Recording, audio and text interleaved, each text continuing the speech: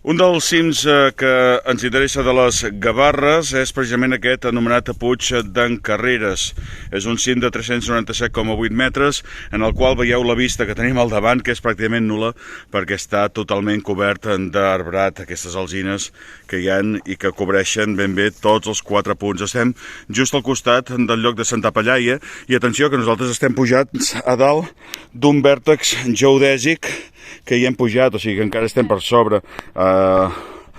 La Mercè, la Duna i en Bruix no hi han pujat.